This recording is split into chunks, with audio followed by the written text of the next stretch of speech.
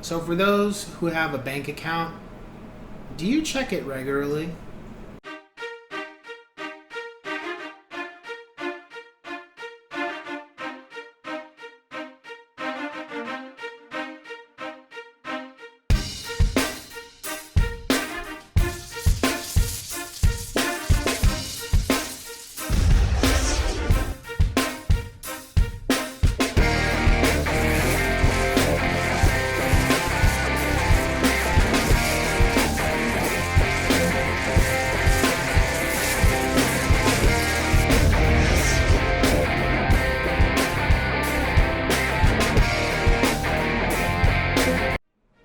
What's going on, ladies and gents in Cyberland? Coming back to you with another real estate, life, home ownership type of video.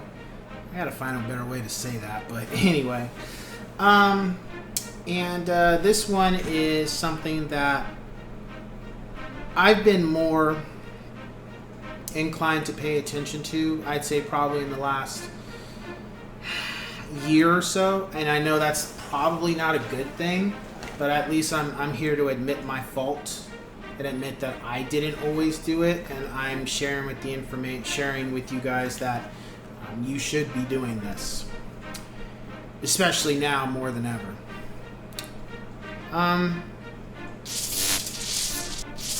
Listen, we all have, for the most part, a busy life.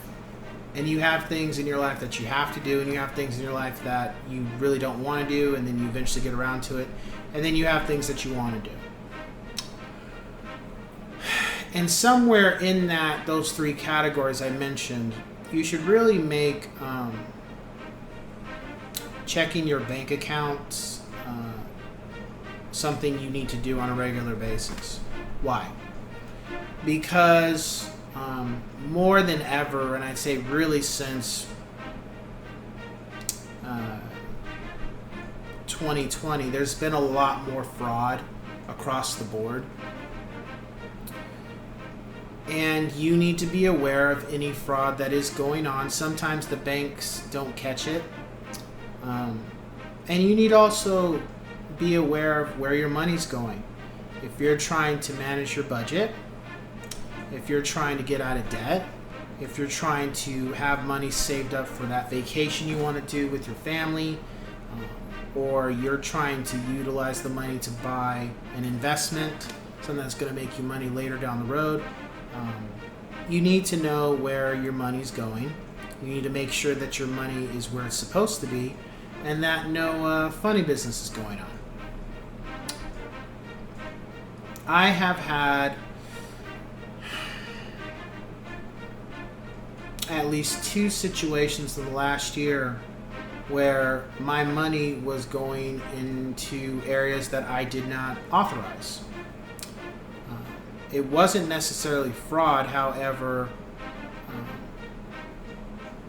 I didn't, well, it could have been fraud, but I didn't authorize the transactions. And I got those situations resolved, but I caught them literally right when they happened because I normally check my account, if not every day, every other day. All my accounts.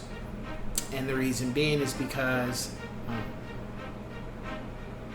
I work hard for the money that I make, and every cent that I earn, I'm trying to utilize to do better for my wife and for my kids. I'm trying to make sure that things will be a lot less difficult for them moving forward than it's been technically for me. Even though I'm not going to say I've had the hardest life, because I haven't. But just make things better for the next generation. And in order to do that, I have to be aware of where my finances are going, and also keep a record of my calculations on how much I'm spending in categories, whether it's buying games or movies or eating out or groceries or making sure the utility bills stay at a low amount as much as possible. Some things you can control, some things you can't. And because of that, I've been a lot better for it overall. And I would say it's not easy. Just You just gotta put one foot in front of the other and just gradually start making it a priority every day. Just 5 minutes, 10 minutes at the most. Check your account and make sure everything's okay. And then that's it. And then come back to it the next day or the following day. Just check it again. To where you get used to looking at everything and making sure everything is the numbers look right to you. It doesn't look like anything's going on that you didn't plan accordingly, because that's how these fraud situations are happening, where some people just